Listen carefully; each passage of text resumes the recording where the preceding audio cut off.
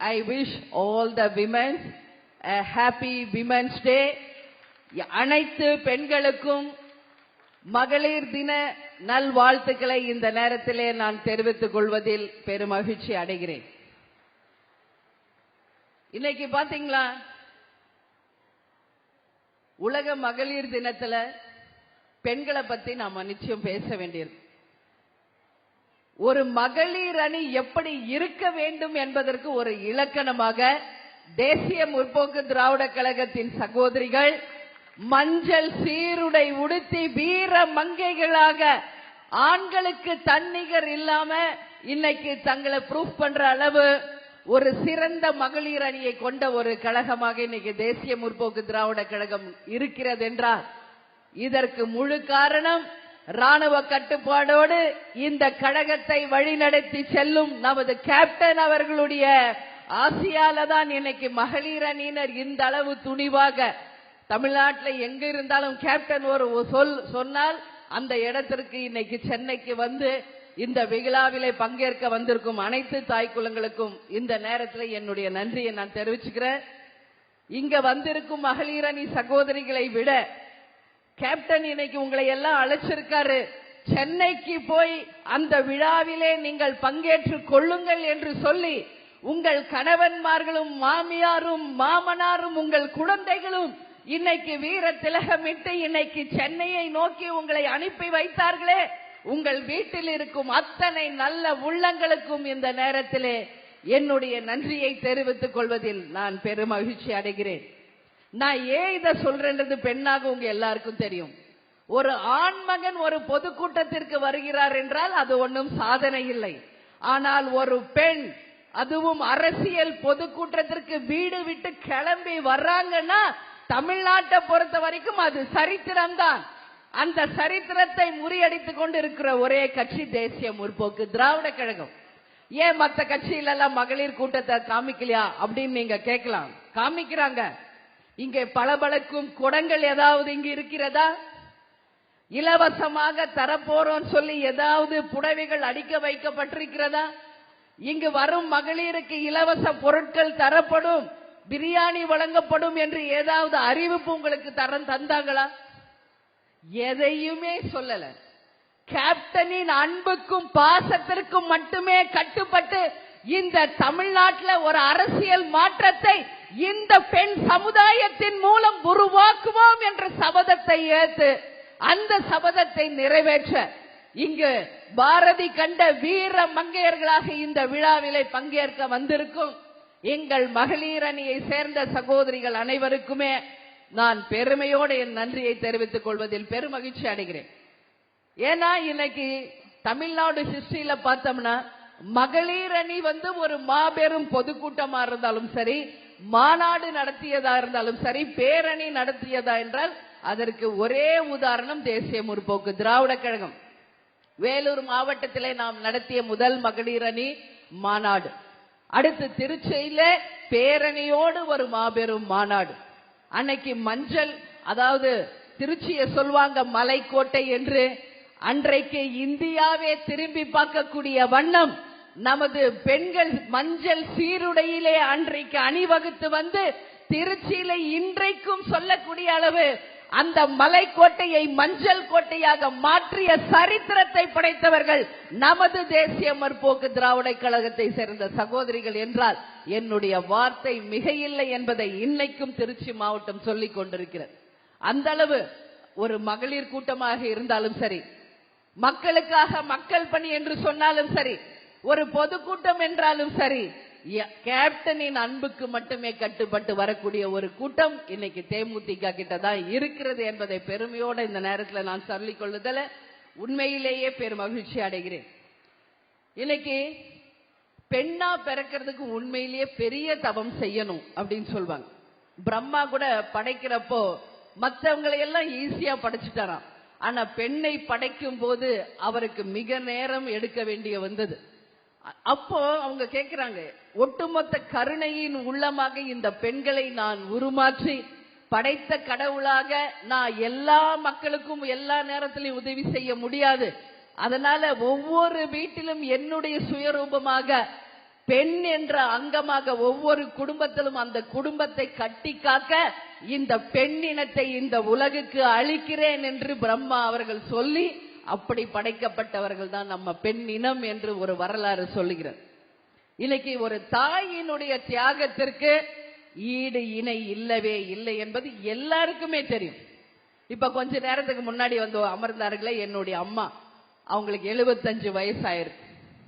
ஆனா இன்னைக்கு சென்னையிலே மகளிர் கூட்டம் நடக்கிறது என்றால் இந்த மகளிர் கூட்டம் மூலமாக ஒரு சரித்திர திருப்பு முனையை தமிழக அரசியலில் உருவாக்க வேண்டும், அதில் என் பங்கும் இருக்க வேண்டும் என்று சொல்லி இந்த தள்ளாத வயதிலும் கூட வந்து இன்னைக்கு இந்த விழாவில் பங்கேற்கிறார்கள் என்றால் இதுதான் தேசிய முற்போக்கு திராவிட கழகத்திற்கு கிடைச்ச வெற்றியை ஒழிய இதை தவிர வேற என்ன நான் சொல்வது என்பது எனக்கு தெரியல.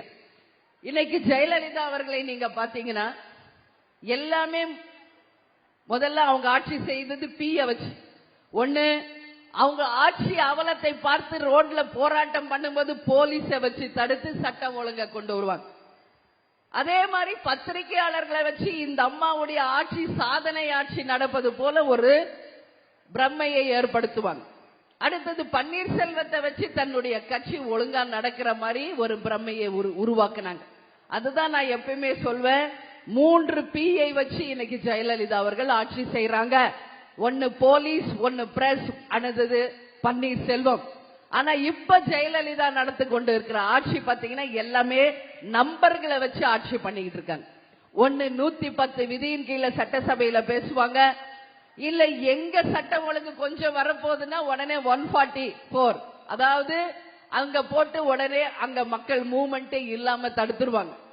தமிழ்நாட்டில் பெண்களுக்கு அங்கீகாரம் இன்னும் 33% இன்னும் நிறைவேறாத நிலையில தேர்தல் வரப்போகிறது, பெண்களின் ஒட்டுமொத்த ஓட்டையும் வாங்கணும்ன்ற ஒரே காரணத்துக்காக 50% உள்ளாட்சியில பெண்களுக்கு தருவேன் என்று ஒரு மிகப்பெரிய பொய்யை ஜெயலலிதா அவர்கள் அதுவும் ஆட்சி அதிகாரம் முடிகின்ற தருவாயத்தில் கொடுத்திருப்பதை பார்த்து தமிழகத்தில் இருக்கிற அத்தனை பெண்களுமே எள்ளி நகையாடக்கூடிய ஒரு அறிவிப்பாக தான் இருக்கிறது. இதுவரைக்கும் ஜெயலலிதா அவர்கள் சொன்ன எந்த அறிவிப்புமே இதுவரைக்கும் நடந்ததாக இல்லை என்பது ஒட்டுமொத்த மக்களுக்குமே தெரியும். 110 விதியின் கீழே அவங்க அறிவிச்ச அத்தனை அறிவிப்புகளும் வெறும் அறிவிப்புகளாக தான் இருக்கே ஒழிய இன்னைக்கு செயல் வடிவம் பெறவில்லை என்பது எல்லாருக்கும் தெரியும். அதனால முதல்ல 33% பெண்களுக்கு அனைத்து பகுதியிலுமே சமமாக அவங்களுக்கு அங்கீகாரத்தை கொடுக்க தேசிய முற்போக்கு திராவிட கழகம் இந்த தேர்தல் மூலமாகவே அதை நிச்சயமாக எல்லா இடத்திலும் நிரூபிக்கும் என்பதை இந்த மகளிர் கூட்டத்திலே நான் உங்கள் முன் சொல்வதில் பெருமைப்படுகிறேன். 50% என்பது அதற்கு அடுத்த இலக்கு. அதனால வெறும் நம்பர்களை சொல்லிட்டு பெண்களை ஏமாற்றி விட்டு ஓட்டு வாங்கிடலாம் ஜெயலலிதா அவர்கள் நினைச்சா அதே மக்கள் உங்களுக்கு ஒரு நம்பரை போட்டு நிச்சயம் வீட்டுக்கு அனுப்புவாங்க. அந்த நம்பர் என்ன? 0 அப்படிங்கிற ஒரு நம்பரை போட்டு நிச்சயம் ஜெயலலிதாவுக்கு மக்கள் இன்னைக்கு நிச்சயமா பதிலடி கொடுக்க தயாராக இருக்கிறார்கள் என்பதையும் இந்த நேரத்தில் உங்க எல்லோருக்குமே நான் தெரிவித்துக் கொள்வதில் என்னுடைய கடமை என்பதை நான் தெரிவிச்சுக்கிறேன். இந்த கட்சி எப்படி வளர்ந்தது என்பதை நாம சிந்திக்கணும். ரசிகர் மன்றமா இருந்து கட்சியாகி இன்னைக்கு எதிர்கட்சி அந்தஸ்தை பிடிச்சு 2016 தேர்தலில் கேப்டன் என்ன அறிவிக்க போகிறார் என்று ஒட்டுமொத்த தமிழகமே கடந்த 3 மாதங்களாக தத்தளித்துக் கொண்டிருக்கிற நிலையை இன்னைக்கு உருவாக்கி இருக்கிறது என்றால் அது தேசிய முற்போக்கு திராவிட கழகத்திற்கு கிடைச்ச ஒரு மாபெரும் வெற்றி. நான் வேணும்னா இப்ப கூட ஜெயலலிதா அவர்களுக்கு சொல்றேன், கேப்டன் தன்னுடைய கூட்டணியை அறிவிப்பதற்கு முன் இந்த தமிழ்நாட்டிலேயே நாங்க தான் பெரிய கட்சி என்று சொல்லிக்கின்ற அதிமுகவின் முதலமைச்சர் ஜெயலலிதா அவர்களே, கேப்டன் தன்னுடைய கூட்டணியை அறிவிப்பதற்கு முன் உங்களுக்கு தைரியம் இருந்தால் உங்களுடைய 234 தொகுதி வேட்பாளர் பட்டியலை வெளியிட நீங்கள் தயாரா என்ற சவாலை இந்த மகளிர் கூட்டத்தின் மூலமாக நான் ஜெயலலிதா அவர்களுக்கு சவால் விடுக்கிறேன். ஏத சொல்றது நீங்க திங்க் பண்ணும். இதுக்கு முன்னாடி தேர்தல் நீங்க பாருங்க, தேர்தல் தேதி அறிவிச்சிருக்க மாட்டாங்க, திடீர்னு பார்த்தா வேட்பாளர் லிஸ்ட் டிவியில ஓடும், எந்த முன்னறிவிப்பும் இருக்காது. இந்த பகுதியில் ஜெயலலிதா பிரச்சாரம் போறாங்க என்று ஒரு அறிவிப்பு வரும். ஆனா இந்த முறை வாய் மூடி மௌனியாக பேச திராணியே இல்லாத இன்னைக்கு முற்றிலும் முடங்கி போன ஒரு ஜெயலலிதாவை இன்னைக்கு ஒட்டுமொத்த தமிழக மக்களும் இன்னைக்கு பார்த்துக்கிட்டு இருக்காங்க.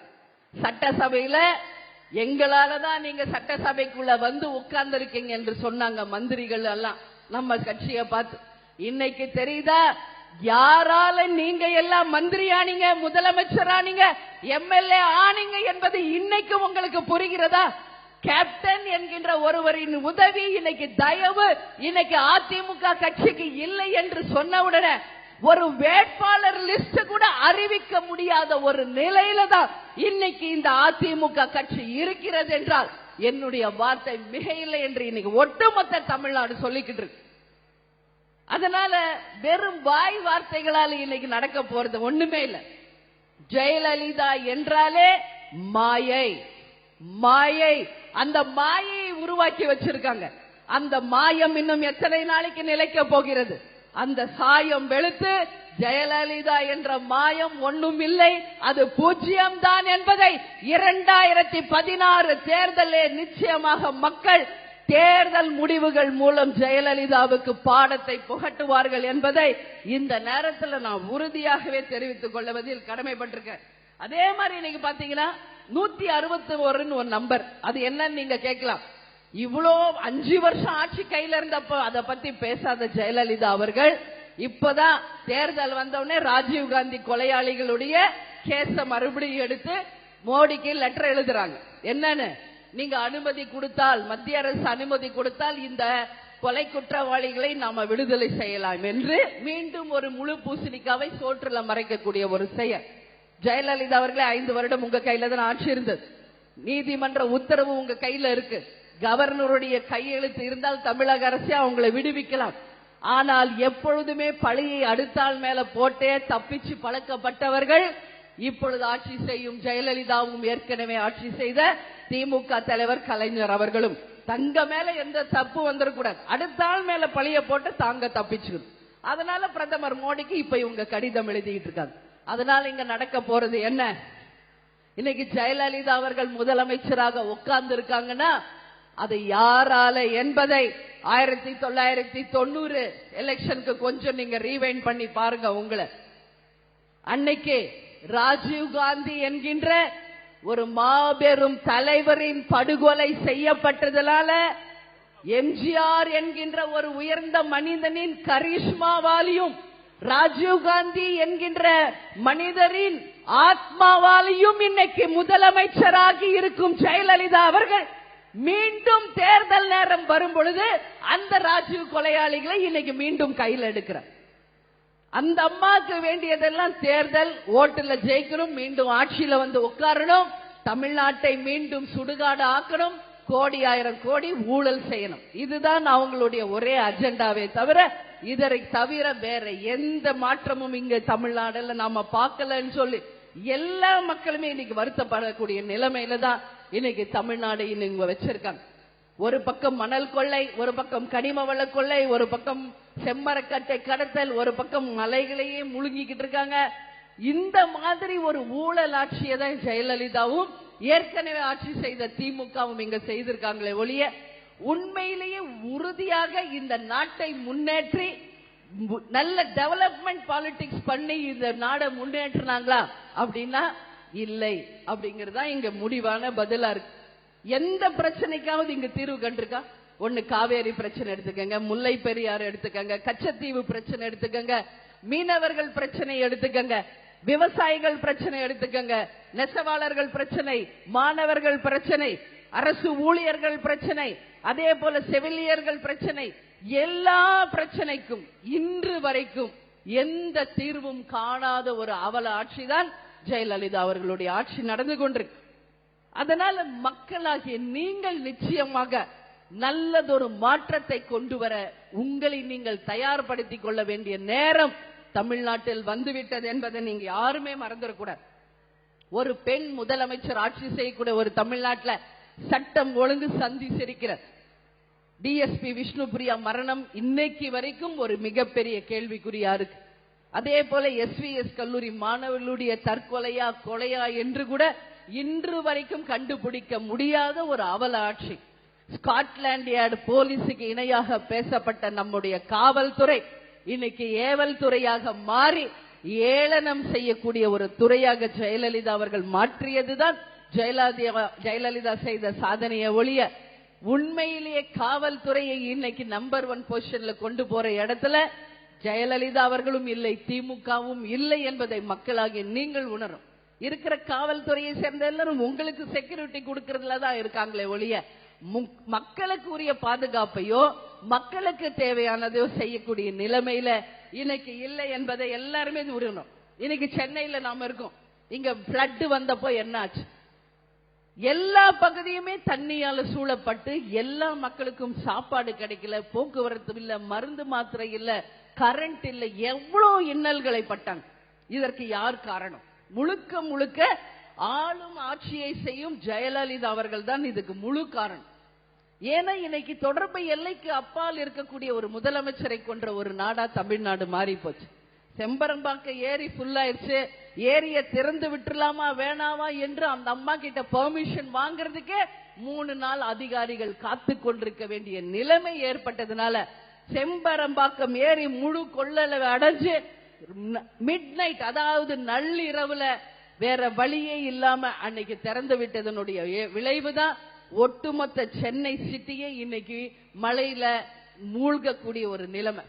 குடிசை பகுதியில, தாழ்வான பகுதியில் இருக்கிற அத்தனை மக்களுமே இன்னைக்கு தங்களுடைய உடைமைகளை இழந்து, வீடுகளை இழந்து, எல்லாத்தையும் இழந்து இன்னைக்கு நிர்கதியா நிற்கிறாங்க என்றால் அதற்கு ஒரே காரணம் நிர்வாக திறமை இல்லாத ஜெயலலிதா அவர்களுடைய ஆட்சிதான் என்பதை பெண்களாகிய நீங்கள் முதல்ல உணரணும். இன்னைக்கு பிளட்ல, அதாவது மழை வெள்ளத்துல பாதிக்கப்பட்டவங்க எல்லாருக்கும் 5000 ரூபாய் பேங்க்ல தரோம் அப்படின்னு சொல்லி ஜெயலலிதா வாக்குறுதி கொடுத்தார்களே. இங்க இவ்வளவு லேடிஸ் வந்திருக்கீங்களே, உங்க எல்லாருக்கும் 5000 ரூபாய் கிடைச்சிச்சா? உங்க எல்லாருக்கும் 5000 ரூபாய் வந்துருச்சா? வரலையா? வரலீங்களா? அவங்களே எடுத்துக்கிட்டாங்களா?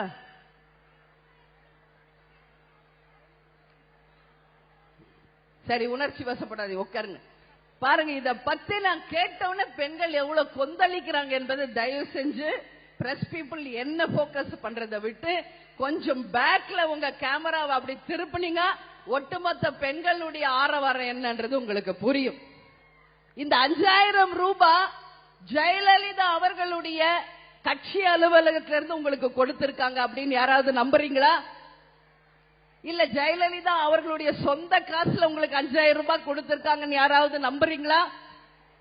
இல்லை. இந்த 5000 ரூபாய் உங்களுக்கு எங்கிருந்து வருகிறது தெரியுமா? மத்திய அரசாங்கம் 2000 கோடி ரூபாய் தமிழக அரசுக்கு ஒதுக்கப்பட்ட அந்த காசுல ஒவ்வொருத்தருக்கும் 5000 ரூபாய் பேங்க் மூலமாக செலுத்தி அத்தனை மக்களுக்கும் சரிசமமாக போய் சேரணும் சொல்லி அவங்க ஒதுக்கின அந்த காசு தான். இன்னைக்கு அதிலேயே 40 லட்சம் பேருக்கு 5000 ரூபாய் இன்னைக்கு கிடைக்கல என்று ஒரு சர்வே ரிப்போர்ட் சொல்லுது. இன்னைக்கு குடிசை பகுதியில வீடு அடிச்சு போனவங்களுக்கு எல்லாம் நாங்க பசுமை வீடு கட்டி தரோம் சொன்னாங்களே, இங்க யாருக்காவது ஒருத்தருக்கு வீடு கட்டி தந்திருக்க அரசாங்கம்?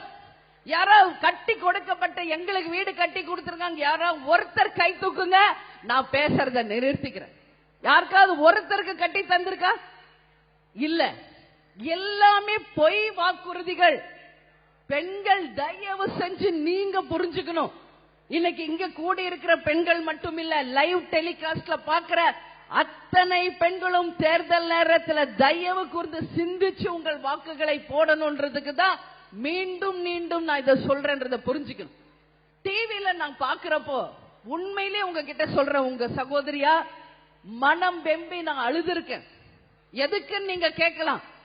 ஒரு இடத்துல ஜெயலலிதாவுடைய பிறந்த நாளுக்காக இலவசமாக புடவை வழங்கப்படும் அப்படின்னு சொல்லிட்டு ஒரு மந்திரி அறிவிச்சாராம். அந்த இடத்துல பாத்தீங்கன்னா ஒரு போர்க்களம் மாதிரி ஒரு 10,000 லேடிஸ் சேர்ந்து போய் ஒருத்தருக்கு மேல ஒருத்தர் ஏறி அடிச்சு முடிய பிச்சு டிரெஸ் கிழிச்சுக்கிட்டு அந்த இலவச புடவை எப்படியாவது வாங்கணும்னு சொல்லி ஒருத்தர் ஒருத்தர் நீங்க இப்படி போய் ஏன் கஷ்டப்படுறீங்கன்றது உண்மையிலே அன்னைக்கு டிவியை பார்த்து அன்னைக்கு நைட் ஃபுல்லா நான் தூங்கல. இது உண்மை. தாய் குலங்களே, உங்க எல்லாரையும் பார்த்து நான் கேட்டுக்கிறேன், உங்க சகோதரியா, இலவச பொருட்கள் கொடுக்கிறோம் அப்படின்னு சொல்லி யாராவது சொன்னா அங்க போய் தயவு செய்து உங்கள் தன்மானத்தை நீங்கள் இழக்காதீர்கள் என்று உங்கள் எல்லாரையும் பார்த்து நான் தாழ்மையோட கேட்டு, ஒரு 100 ரூபாய் புடவைய அவங்க கொடுக்கிறதுக்காக உங்களை எல்லாம் தன்மானம் இழக்க செய்து இன்னைக்கு அத்தனை தூரம் இழிவுபடுத்தக்கூடிய ஒரு அவல ஆட்சி கொடுக்கிற அந்த புடவை நமக்கு தேவையா என்று நீங்கள் சிந்திக்கணும். ஒரு குடம் கொடுக்கிறோம், ஒரு புடவை தரோம், ஒரு இலவசத்தை கொடுக்கிறோம் சொன்னா நான் பார்க்கிறேன் எல்லாமே பெண்கள் தான் போய் அங்க முண்டி அடிக்கிறாங்க. இது ஏன் இங்கு நடக்கிறது என்பது என் மனசுல பல நாளாக மிகப்பெரிய ஒரு கேள்விக்குறி. எங்கேயாவது ஜென்ஸ் போய் முண்டி அடிச்சு பார்த்திருக்கீங்களா? சிந்திச்சு பார்க்கணும். இங்க பெண்கள் எங்கேயாவது இலவசம் கொடுக்கறாங்க, ஏதாவது வீட்டுக்குரிய பொருட்கள் கொடுக்கறாங்கன்னா எந்த கூட்டத்திலேயாவது ஆண்கள் முண்டி அடிச்சு போய் அந்த இலவசத்தை வாங்கின காட்சி தமிழ்நாட்டில் நீங்க யாராவது பார்த்திருக்கீங்களா? ஆண்கள் முண்டி அடிச்சு போற ஒரே இடம் டாஸ்மாக் கடைகள் மட்டும் தானே ஒழிய இலவசங்களுக்காக போறது நம்ம பெண்கள் தான். உங்களை வறுமையிலேயே வச்சிருந்து உங்கள் வறுமையில் தங்களை இன்னைக்கு வளப்படுத்திக் கொள்ளுகிற ஆட்சி தான் இன்னைக்கு ஜெயலலிதாவின் அதிமுகவும் ஏற்கனவே ஆட்சி செய்த திமுகவும். கேப்டன் எப்பயுமே சொல்வார், இங்கு வறுமை இருக்கும் வரை இலவசங்களும் தொடரும். இங்கு வறுமை என்னைக்கு இல்லாமல் போகிறதோ அன்றைக்கு தான் இங்க இலவசத்திற்கு ஒரு மிகப்பெரிய முற்றுப்புள்ளி வைக்கப்படும் என்று கேப்டன் எப்பொழுதுமே சொல்வார். வறுமை இருக்கும் வரை இலவசங்கள் தொடரும். அந்த இலவசங்களை முற்றுப்புள்ளி வைக்க வேண்டியது தேசிய முற்போக்கு திராவிட கழகத்தினுடைய கடமை. உங்க ஒவ்வொருத்தரையும் தன்மானம் மிக்கவர்களாக, நல்ல படிப்பு இருக்கிறவங்களா, வேலை வாய்ப்பு இருப்பவர்களாக, நல்ல மருத்துவ வசதி இருக்கக்கூடியவர்களாக மாற்ற வேண்டிய முழு பொறுப்பு இன்னைக்கு தேசிய முற்போக்கு திராவிட கழகத்திற்கு இருக்கிறது என்பதை உறுதியாக இந்த நேரத்தில் நான் தெரிவிச்சுக்கிறேன். அதே மாதிரி இன்னைக்கு பாத்தீங்கன்னா ஜெயலலிதா அவர்களுடைய ஆட்சியில என்ன நடக்குது என்பது நீங்க எல்லாரும் சிந்திச்சு பார்க்கணும். ஸ்டிக்கர் ஆட்சி அப்படிங்கிறது உங்க எல்லாருக்கும் தெரியும். கல்யாண பொண்ணு மாப்பிள்ளையிலிருந்து ஸ்டிக்கர் கட்டி முடிச்சிட்டாங்க. அதை விட ஒரு கொடுமையா இந்த பிறந்த நாள்ல பச்சை குத்தி எல்லா பெண்களையுமே அழுது ஆர்ப்பாட்டம் பண்ண அதை மந்திரிங்க நின்று சிரிக்கக்கூடிய ஒரு அவல காட்சியை இன்னைக்கு எல்லா தொலைக்காட்சியிலையும் நாம பார்த்திருக்கிறோம்.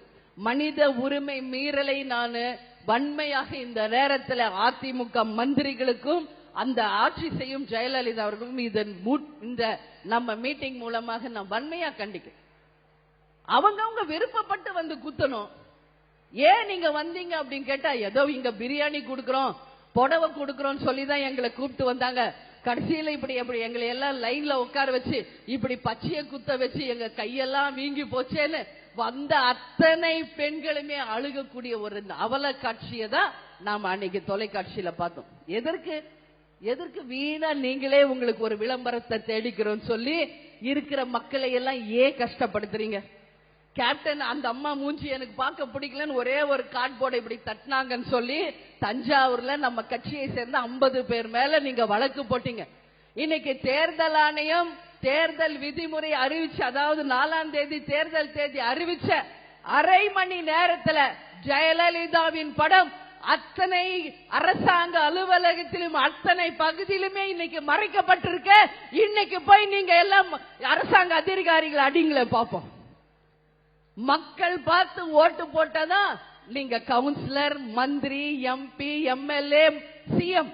அந்த மக்கள் பார்த்து உங்களுக்கு ஓட்டு போடலன்னா நீங்களும் ஒரு சாதாரண நபர் தான். ஆட்சி அதிகாரம் இன்னைக்கு இருக்குதுன்ற ஆணவத்துல ஆடனாங்க. இன்னைக்கு ஆட்சி அதிகாரம் தங்கள் கையை விட்டு போகிறப்ப இன்னைக்கு அதை பத்தி சிந்திக்கக்கூடிய ஒரு நிலைமையை இன்னைக்கு தமிழ்நாட்டில் நாம பார்த்துக்கிட்டு இருக்கோம். அதனால மக்களை நேசிக்கக்கூடியவரா இருக்கணும். இதுவரைக்கும் இந்த 5 வருஷத்துல பிரஸ் பீப்புள் எவ்வளவு பேர் இருக்கீங்க? வந்த உடனே மாசத்துக்கு ஒரு வாட்டி பிரஸ் மீட் வைப்பேன்னு ஜெயலலிதா சொன்னாங்க. இந்த 5 வருஷத்துல எத்தனை வாட்டி பிரஸ் மீட் வச்சாங்க? இங்க இருக்கிற பத்திரிகையாளர்கள் எத்தனை முறை போய் முதலமைச்சரை சந்திச்சிருப்பீங்க என்று நீங்கள் சொல்ல முடியுமா? விரல் விட்டு எண்ணக்கூடிய அளவு கூட முதலமைச்சர் உங்களை சந்திக்கல. அதே மாதிரி இன்னைக்கு எல்லா பக்கம் பார்த்தாலும் தமிழ்நாட்டில் போராட்டம். ஒரு பக்கம் அரசு பணியாளர்கள், ஒரு பக்கம் மாற்றுத்திறனாளிகள், ஒரு பக்கம் விவசாயிகள், ஒரு பக்கம் நெசவாளர்கள், ஒரு பக்கம் மீனவர்கள் என்று தமிழ்நாடு இன்னைக்கு போராட்ட களமா மாறி, யாரையாவது ஒருவரை அந்த அம்மா ஆம்பளையா பொம்பளையா கூட நீ மதிக்க வேணாம், அட்லீஸ்ட் ஒரு மனிதாபிமானத்தோட ஒரு மனிதராக அவங்கள நினைச்சு கூப்பிட்டு பேசி இருப்பீங்களா? என்ன உங்களுக்கு மட்டும் என்ன அவ்வளோ ஒரு பெரிய சிம்மாசனம்? இந்த மக்கள் பார்த்து ஓட்டு போட்டாதானே நீங்க முதலமைச்சர். அதை ஏன் உங்களுக்கு புரியலன்னு எங்களுக்கு தெரியல. எத்தனை நாள் உண்ணாவிரதம், எத்தனை நாள் போராட்டம் செய்தாலும் யாரையும் அழைச்சி பேசாத ஒரு அவலாட்சி தான் இன்னைக்கு ஜெயலலிதா செய்துகிட்டு இருக்கா. அதற்கான பாடத்தை நிச்சயமாக வரும் தேர்தலில் அனைவரும் ஒன்று சேர்ந்து ஜெயலலிதாவுக்கு நாம பாடத்தை புகட்டணும் சொல்லி இந்த நேரத்தில் உங்க எல்லோரையும் பார்த்து நான் கேட்டுக்கிறேன். அதே போல நான் காஞ்சிபுரம் மாநாடுல பேசினது உங்களுக்கு எல்லாருக்கும் தெரியும். ஒரு ஆண் மகன் என்றால் எப்படி இருக்கணும்? நெஞ்ச நிமித்தி நேர்கொண்ட பார்வையும் வீறு கொண்ட நடையும் நடப்பதுதான் ஒரு ஆணுக்கு அழகு. ஆனால் இன்னைக்கு ஜெயலலிதா கிட்ட இருக்கிற அத்தனை மந்திரிகளையும் பார்த்தால் இன்னைக்கு ஹன்ச்பேக், அதாவது கூணர்களாக முதுகெலும்பு இல்லாத ஆண்மார்களா மாத்தி இருக்காங்க. இதுதான் ஜெயலலிதாவின் சாதனை. அததான் நான் சொன்னேன். இன்னைக்கு அதே ஆண்கள் அவங்க வீட்டுக்கு, சொந்த வீட்டுக்கு போனா அவங்க மனைவியோ அவங்க பிள்ளையோ அவங்கள மதிப்பார்களா என்று நான் கேட்ட கேள்வி இன்னைக்கு ஒட்டுமொத்த அதிமுக மந்திரிகளையும் கட்சியினரையும் இன்னைக்கு யோசிக்க வச்சிருக்கு. அதனுடைய விளைவு எங்களுக்கு கிடைச்ச தகவல், எம்ஜிஆர் அதிமுக என்று இரண்டாவது கட்சியாக உடைந்து அதிமுகவே உருவாக போகிறது என்ற ஒரு செய்தி. அதுல பேனர்ல போடுறாங்க, நிமிர்ந்திடு தலைவா, குனிந்தது போதும் என்று சொல்லி மந்திரிகளை இன்னைக்கு எத்தனை மந்திரிகளும் சேர்ந்து இன்னைக்கு புது கட்சி ஆரம்பிக்கிறதா இன்னைக்கு தகவல் கிடைச்சிருக்கு. ஏன்னா எவ்வளவு நாள் அடிமைகளாக ஒருத்தர் வாழ முடியும் என்பது இன்னைக்கு அத்தனை அதிமுகவிலுமே சிந்திக்க தொடங்கி விட்டார்கள் என்பது இன்னைக்கு தெள்ள தெளிவாக தெரிகிறது. நாம விதை போட்டா விதையை தான் அறுக்க முடியும். அதனால இன்னைக்கு ஜெயலலிதா வினையை விதைச்சிட்டாங்க. அந்த வினையை வெகு விரைவில் அவங்க அறுவடை செய்யக்கூடிய நாள் தமிழ்நாட்டில் வெகு தொலைவில் இல்லை என்பதை, அவங்க கண் எதிரிலேயே நடக்க போகிறதா இல்லையா என்பதை நீங்க எல்லாரும் கொஞ்சம் சிந்திச்சு பார்க்கணும் சொல்லி இந்த நேரத்தில் கேட்டுக்கிறேன். ஜெயலலிதா அவர்கள் சாதனை ஆட்சின்னு சொல்றாங்க. அதனால எல்லா இடமும் மீட்டிங் போட சொல்றாங்க. இது சாதனை ஆட்சி இல்ல, வேதனை ஆட்சி. இன்னைக்கு தமிழ்நாடை அவங்க விட்டுட்டு போகும்போது 5 லட்சம் கோடி தமிழ்நாடு இன்னைக்கு கடனாளிகளா நம்ம எல்லாரையும் வச்சுட்டு போயிருக்காங்க. நீங்க எல்லாரும் புரிஞ்சுக்கணும். இன்னைக்கு தமிழ்நாடு 5 லட்சம் கோடி கடன்ல இன்னைக்கு சிக்கி இருக்கிறது என்றதை நீங்கள் எல்லோரும் உணரணும். இதுதான் ஜெயலலிதாவின் சாதனையை தவிர வேற எந்த சாதனையும் இங்க நடக்கல. மணல் கொள்ளை ஒரு பக்கம், கனிம வள கொள்ளை, இன்னைக்கு கிரானைட் ஊழல் என்ற அத்தனை துறையும் ஊழல் ஊழல் ஊழல்.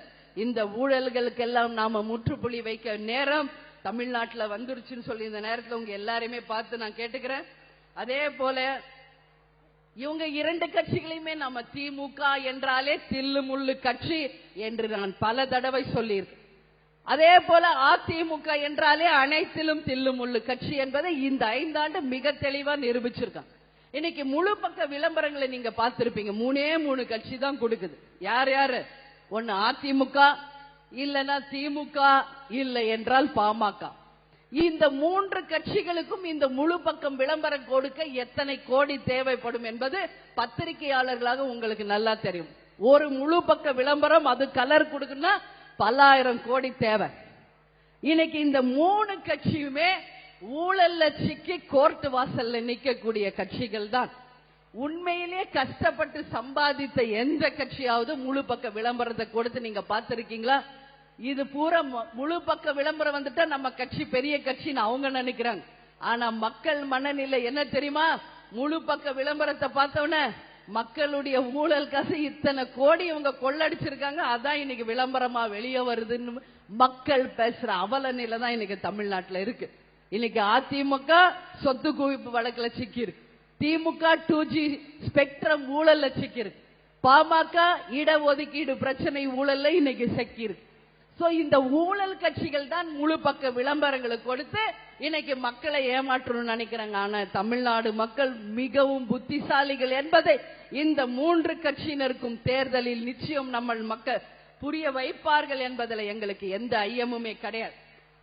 சரி, இவங்களை பத்தியே நாம பேசிக்கிட்டு இருந்தா என்ன? தேமுதிக ஆட்சிக்கு வந்தால் நாம என்ன செய்ய போகிறோம் என்பதை ஒரு சின்ன டீசர் மாதிரி சொல்றேன். அதாவது ட்ரெய்லருக்கு முன்னாடி ஒரு டீசர் சினிமால இப்ப வருது. ஷார்ட்டா நான் சொல்றேன்.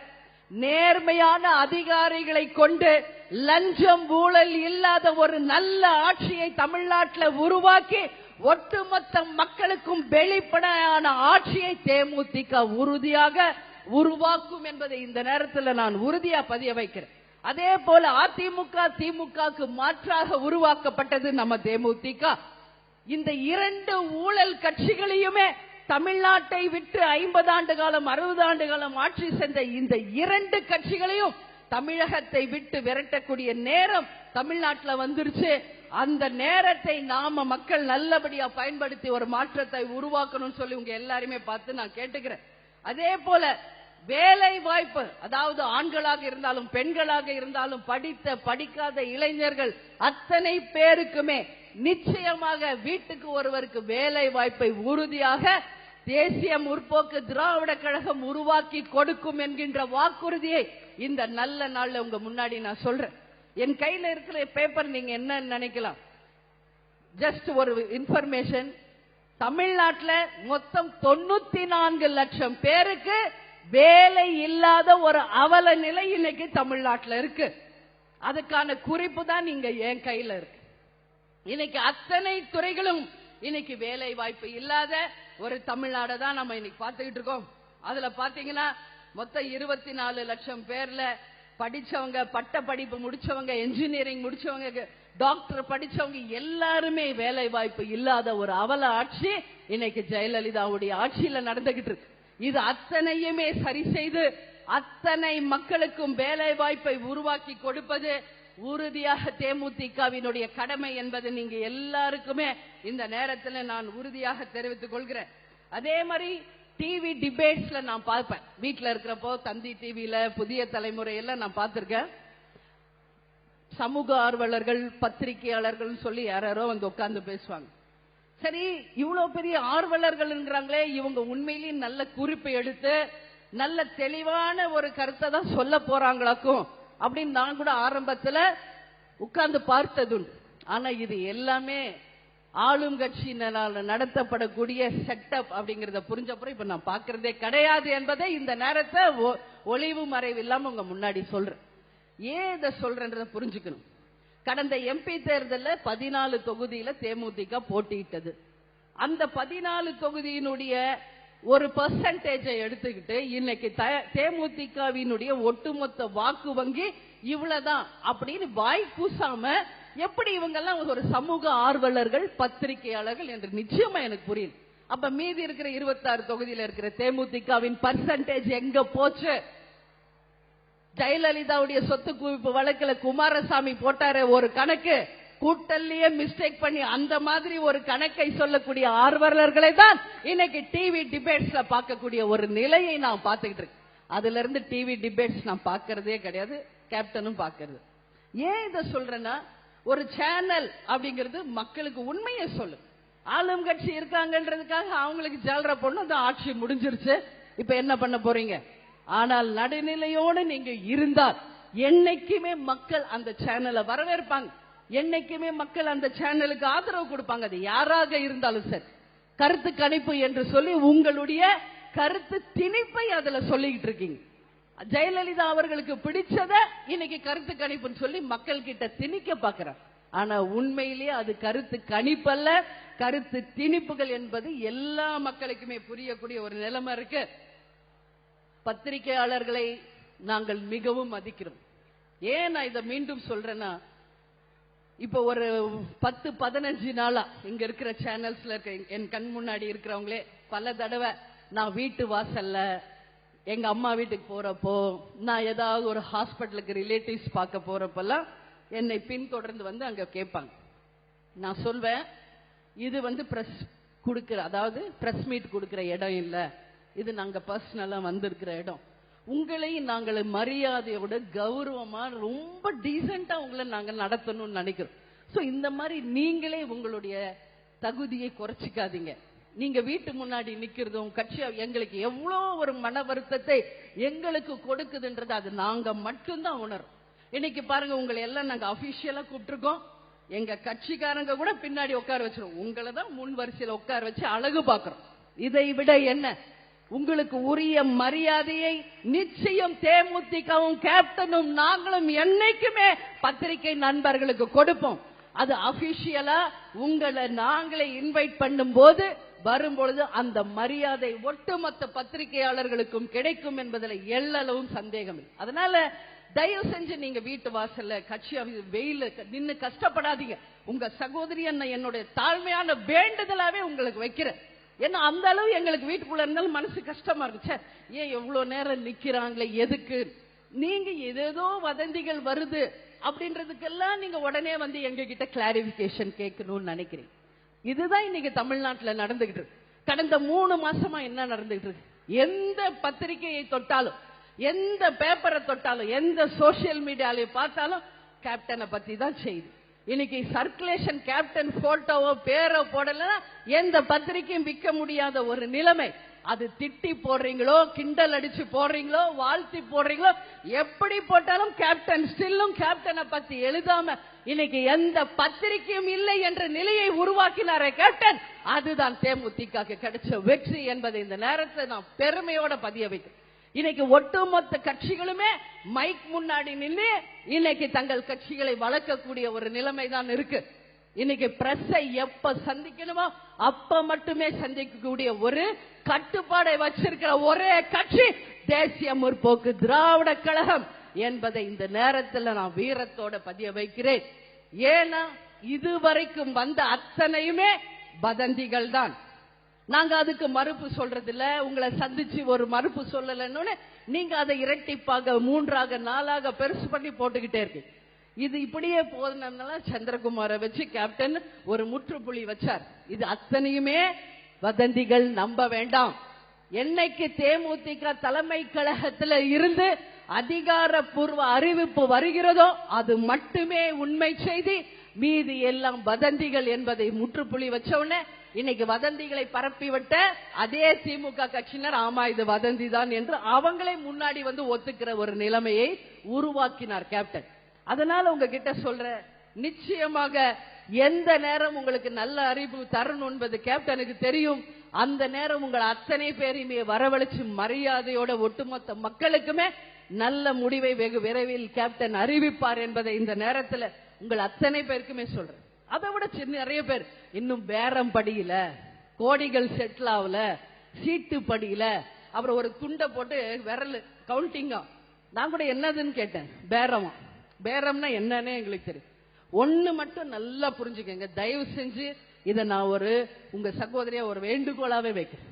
கேப்டன் என்னைக்குமே மக்களுக்கு கொடுத்து கொடுத்து சிவந்த கரங்களை ஒழிய யார்கிட்டையும் கை நீட்டி இது வரைக்கும் 5 பைசா கூட கேப்டன் வாங்கினது கிடையாது என்பதை இந்த நேரத்தில் உறுதியாக உங்கள் முன்னாடி பண்ணிய வைக்கிறேன். அந்த பேரம் என்கின்ற வார்த்தை கூட எங்களுக்கு மீனிங் என்னன்னு தெரியாது. அதனால வாய்க்கு வந்தது உங்களுக்கு தெரிஞ்சதெல்லாம் தயவு செஞ்சு எழுதாது. கேப்டன் கை நீட்டி காசு வாங்கினார் என்றால் ஒரே ஒருவர் தான். யார்? தான் நடிச்ச படத்தினுடைய ப்ரொடியூசர் கிட்ட சம்பள காசு வேணா கேப்டன் வாங்கி இருப்பாரே ஒழிய வேற யாருக்கிட்டையும் அவர் நீட்டி வாங்கினதுல இந்த 40 ஆண்டு காலத்துல அவர் தான் சம்பாதிச்ச காசை மக்களுக்கு தான் கொடுத்திருக்காங்களே ஒழிய எந்த பேரத்துக்கும் கேப்டன் பணிய மாட்டார். கேப்டனை காசு கொடுத்து விலை கொடுத்து வாங்கிடலாம் என்று யாராவது நினைச்சிருந்தால் அவர்களை விட ஒரு பெரிய முட்டாள் இந்த உலகத்தில் இல்லை என்பதை அவருடைய மனைவியாக இந்த நேரத்தில் நான் உறுதியாக பதிய வைக்கிறேன். அன்புக்கும் பாசத்திற்கும் கட்டுப்படுவார், பணத்துக்கு கட்டுப்படாதவர் கேப்டன் என்பதை இந்த நேரத்தில் உங்க எல்லார் முடியும் நான் தெளிவாக பதிய வைக்கிறேன். இந்த தேமுதிக உருவாக்கப்பட்டது தமிழ்நாட்டில் லஞ்சம் ஊழல் இல்லாத நல்ல ஆட்சியை கொண்டு வர வேண்டும் என்ற ஒரே எண்ணத்துக்காக. திமுக அதிமுக என்ற 2 மாட்சி கட்சிகளுக்கு உருவாக்கப்பட்டதான் தேமுதிக. அப்ப ஏன் அதிமுக கூட கூட்டணி போனீங்கன்னு நீங்க கேட்கலாம், ஒத்துக்கிறேன்.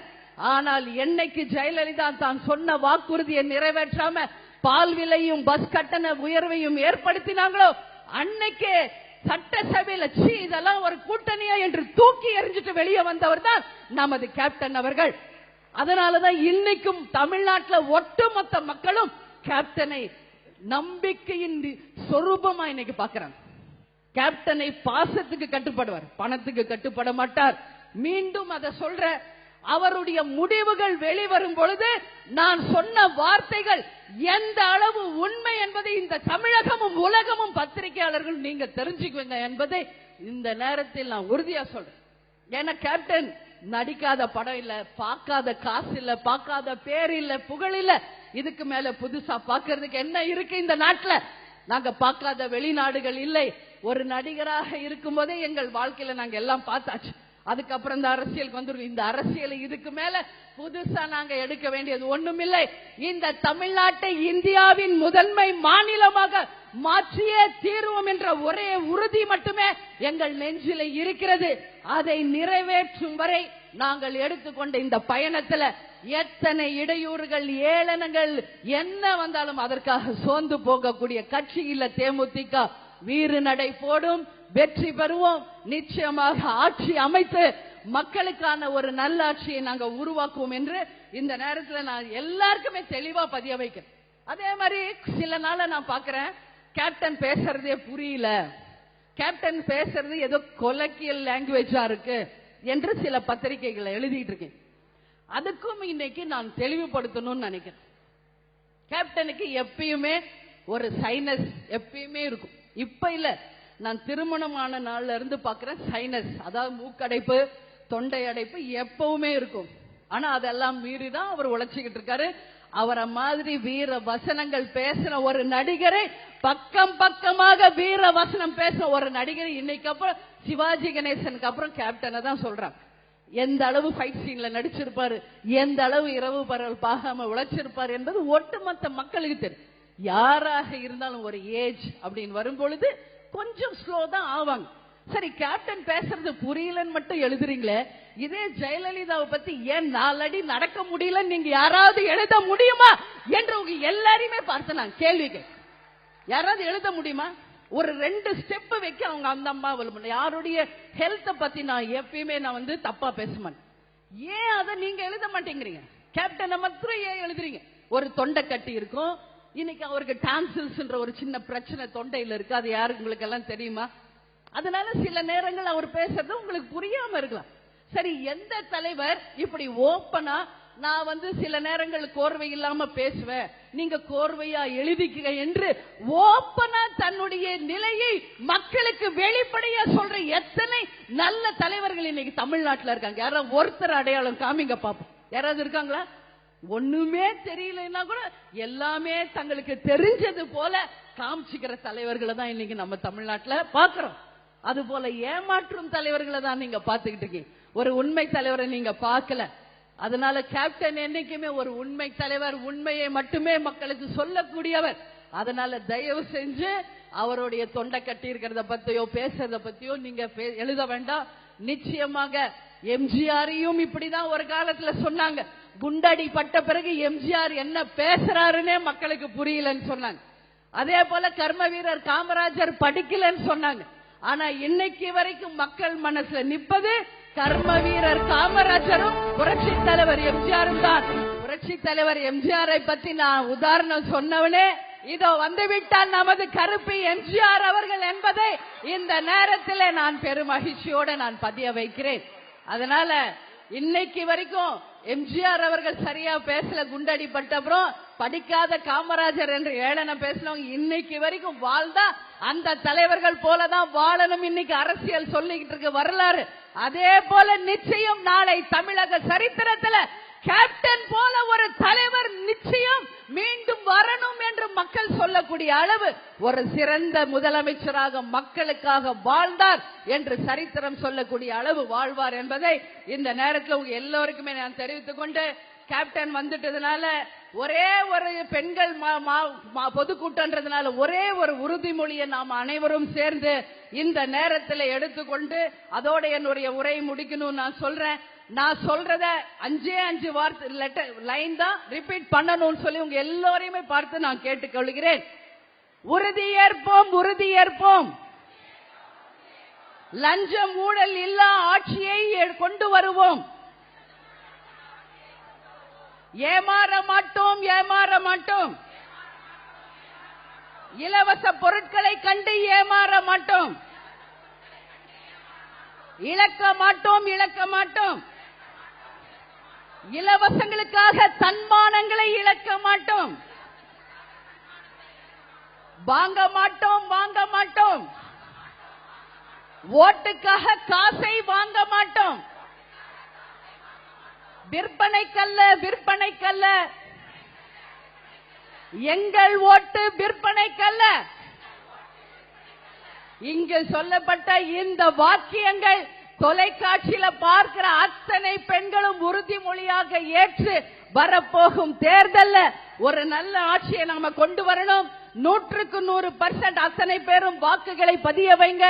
சம்மர் வெக்கேஷன் சொல்லி வெளிநாட்டுக்கோ வெளியூர்களுக்கு போயிடாதீங்க. தாய் குலங்களே, மாணவ மாணவிகளே, மே 19ஆம் தேதிக்குள்ள உங்க ஷெட்யூல முடிச்சு வந்துடணும். அத்தனை பேரும் நீங்க ஓட்டு போடணும். அப்பதான் நம்மளால கள்ள ஓட்டுகளை தடுக்க முடியும் என்பதை தெரிவிச்சுக்கிட்டு, வாக்களிப்பது நமது ஜனநாயக கடமை. அந்த வாக்களிப்போம் என்பதை நேரத்தில் தெரிவிச்சுக்கிறேன். பெண்களாகிய உங்களை பார்த்து நாங்க கேட்கிறேன், ஒரு சமுதாய மாற்றம் வர வேண்டும் என்றால் அது பெண்ணால தான் உருவாக்க முடியும். அது ஒவ்வொரு வீட்டிலும் இருந்து அந்த மாற்றம் வரணும் சொல்லி இந்த நேரத்தில் நான் கேட்டுக்கிறேன். அதனால ஊழல் இல்லாத நல்ல ஆட்சியை நாம கொண்டு வருவோம், மாற்றத்தை கொண்டு வருவோம் என்று ஒவ்வொரு பெண்மணியும் உறுதியேற்று நல்ல மாற்றத்தை நீங்க கொண்டு வரணும் சொல்லி இந்த நேரத்தில் அத்தனை தாய் குலங்களையுமே பார்த்து நான் கேட்டுக்கிறேன். It's my humble request for all the women, make yourself to bring change from each and every house of the Tamil Nadu, because we want to bring development and uncorrupted Tamil Nadu for the people's sake. So please give us one chance to prove ourselves without corruption and transparent administration. We all join hands together and we will bring change for our Tamil Nadu. Don't be afraid of change. It's leading you to a new beginning. அப்படிங்கறத நீங்க புரிஞ்சுக்கணும். ஒரு புதிய சரித்திரத்தை படைப்போம், ஒரு சகாப்தத்தை படைப்போம். இந்த 50 ஆண்டு 60 ஆண்டு கட்சிகளை தமிழகத்தை விட்டு விரட்டுவோம். நல்ல தலைமையில், கேப்டன் தலைமையில் நல்ல நேர்மையான ஆட்சியை கொண்டு வருவோம் என்று தெரிவித்துக் கொண்டு, நமது முரசு நாளை தமிழக அரசு என்று சொல்லக்கூடிய அளவு நமது முரசு வெற்றி முரசாக ஒலிக்கணும். 234 தொகுதிக்கும் கேப்டனும் நானும் கட்சியினரும் நிச்சயமாக வருவோம். சூறாவளி சுற்றுப்பிரயாணம் செய்வோம். ஒட்டுமொத்த மக்களையும் சந்திச்சு ஊழல் இல்லாத ஆட்சியை நிச்சயமாக நிலைநாட்டுவோம் என்று தெரிவித்துக் கொண்டு, நமது முரசு நாளைய தமிழக அரசு என்று சொல்லக்கூடிய அளவு சரித்திரத்தை படைப்போம் என்று தெரிவித்துக் கொண்டு உங்களிடமிருந்து விடைபெறுகிறேன். நன்றி, வணக்கம்.